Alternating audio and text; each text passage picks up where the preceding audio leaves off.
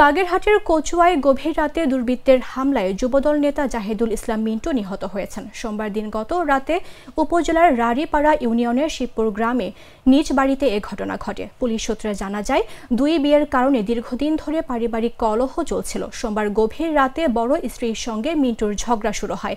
এক পর্যায়ে বাইরে থেকে 8 থেকে 10 জন লোক এসে মিন্টুকে মারধর করে ও ধারালো অস্ত্র দিয়ে আঘাত করে। গুরুতর আহত অবস্থায় উদ্ধার করে তাকে বাগেরহাট 250 শহর জেলা হাসপাতালে নেন পরিবারের সদস্যরা। পরে সেখান থেকে খুলনা মেডিকেল কলেজ হাসপাতালে নিলে কর্তব্যরত চিকিৎসক মৃত ঘোষণা করেন।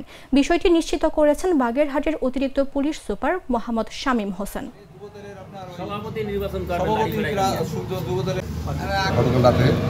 আমাদের রাজনৈতিক সহযোদ্ধা জাহিদুল ইসলাম মিন্টু দুর্বৃত্তের হাতে খুন হয়েছে।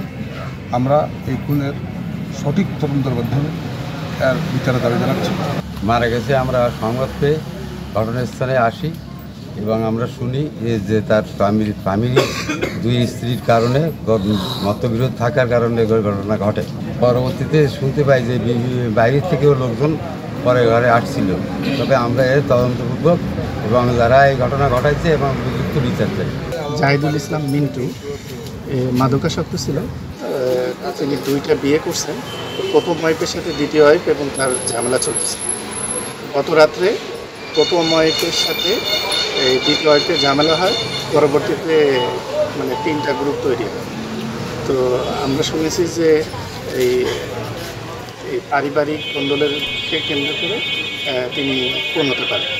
আমরা এতটুকু জানতে পারছি। আর এখন পর্যন্ত গ্রেপ্তার নাই। আমরা গ্রেপ্তারের জন্য থানা পুলিশ প্লাস ডিবি।